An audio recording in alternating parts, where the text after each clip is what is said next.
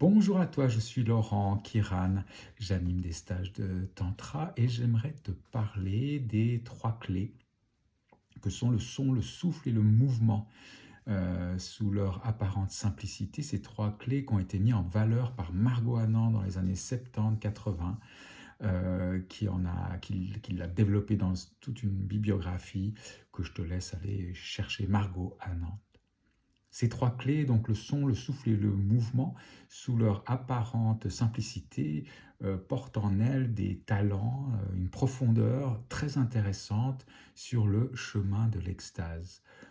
Alors oui, c'est des grands mots.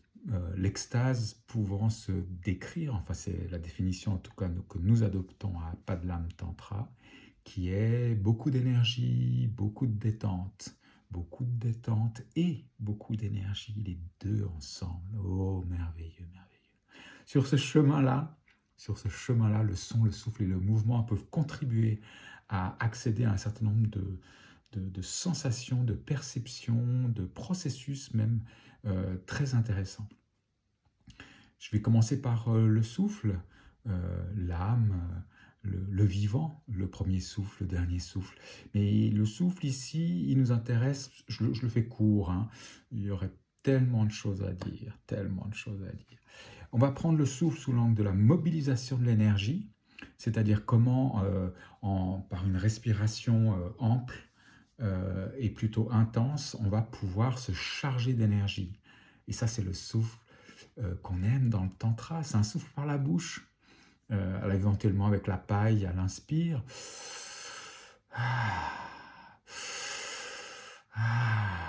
Et on va amplifier cette respiration-là, qui a deux effets en particulier. Le premier, de mobiliser l'énergie, de nous permettre de mobiliser l'énergie dans le bassin, dans le chakra, pour pouvoir le diffuser dans le reste du corps, et aussi de nous amener dans cette intensité que tu pourras choisir dans nos ateliers à un moment donné.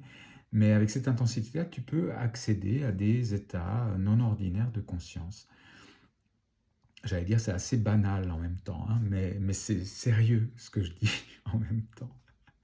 C'est que l'intensité du souffle a un vrai effet physiologique qui fait que quand on a pris beaucoup d'air pendant une certaine durée, de quelques minutes, on va avoir des effets désinhibants, c'est-à-dire un accès à des informations un peu plus larges que dans un état ordinaire de conscience. Alors ça a deux intérêts.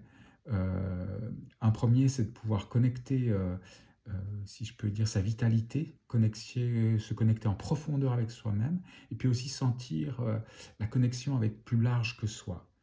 Et c'est la dimension spirituelle du tantra, qui est de pouvoir se connecter à soi, à l'autre, et à plus large, et à plus large.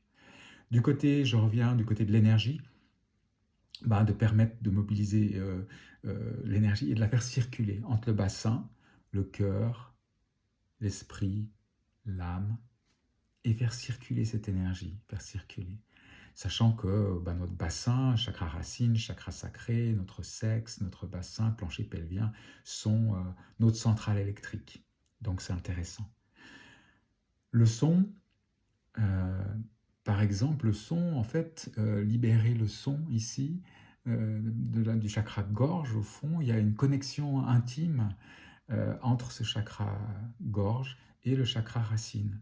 Donc c'est intéressant. C'est intéressant aussi en termes de déconditionnement. On est habitué plutôt à ne pas faire trop de son, ou on habitue une certaine catégorie de personnes à faire du son, par exemple dans l'intimité sexuelle, et une autre partie qui serait un petit peu moins autorisée. En tout cas, il y a dans la manifestation du plaisir, par exemple, à travers le son, il y a quelque chose de stimulant.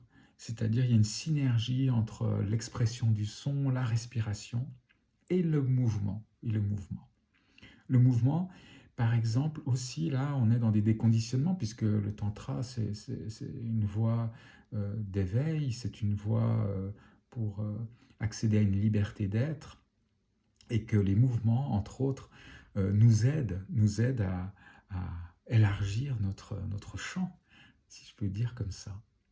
Et par rapport au mouvement, par exemple, il y a un déconditionnement très très important dans le massage tantrique, par exemple. Parce que dans le massage bien-être traditionnel, on reçoit le massage, et puis en général, on bouge un peu, mais pas trop, quoi.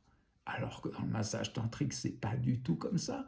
Dans le massage tantrique, et c'est pas facile. On anime des ateliers depuis 4 ans, 5 ans, depuis 2020. Et euh, oui, quand on verra cette vidéo dans 10 ans, ça va pas le faire. Mais depuis 2020, voilà, on anime des ateliers. Donc on voit combien c'est pas si simple au fond de d'oser faire du son, d'oser bouger. Mais dans le massage tantrique, c'est la personne qui reçoit le massage, si on peut dire ça comme ça en fait, et on va le dire comme ça pour l'instant pour simplifier, c'est la personne qui reçoit, qui est aux commandes de son massage. Et donc la personne, elle va, à travers le son, le souffle, le mouvement au fond, pouvoir être vivant dans cette réception du toucher de l'autre, vivant au point de conduire son massage.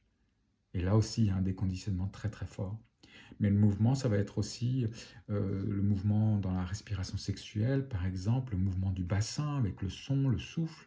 Là, encore une fois, mouvement du bassin avec à l'inspire cambré, dos rond à l'expire, voilà. Ça va permettre aussi, encore une fois, de libérer l'énergie, libérer l'énergie. En même temps, on veut de la détente, en même temps que plein d'énergie, voilà. Et c'est ce qu'on va faire, c'est ce qu'on fait dans les ateliers, une sorte de masterclass autour du son, du souffle et du mouvement. Et ben, je t'invite peut-être en dessous de la vidéo, il doit y avoir peut-être des dates, je l'espère. En tout cas, tu pourras aller regarder notre site et t'inscrire et nous rejoindre. Je te souhaite une belle journée.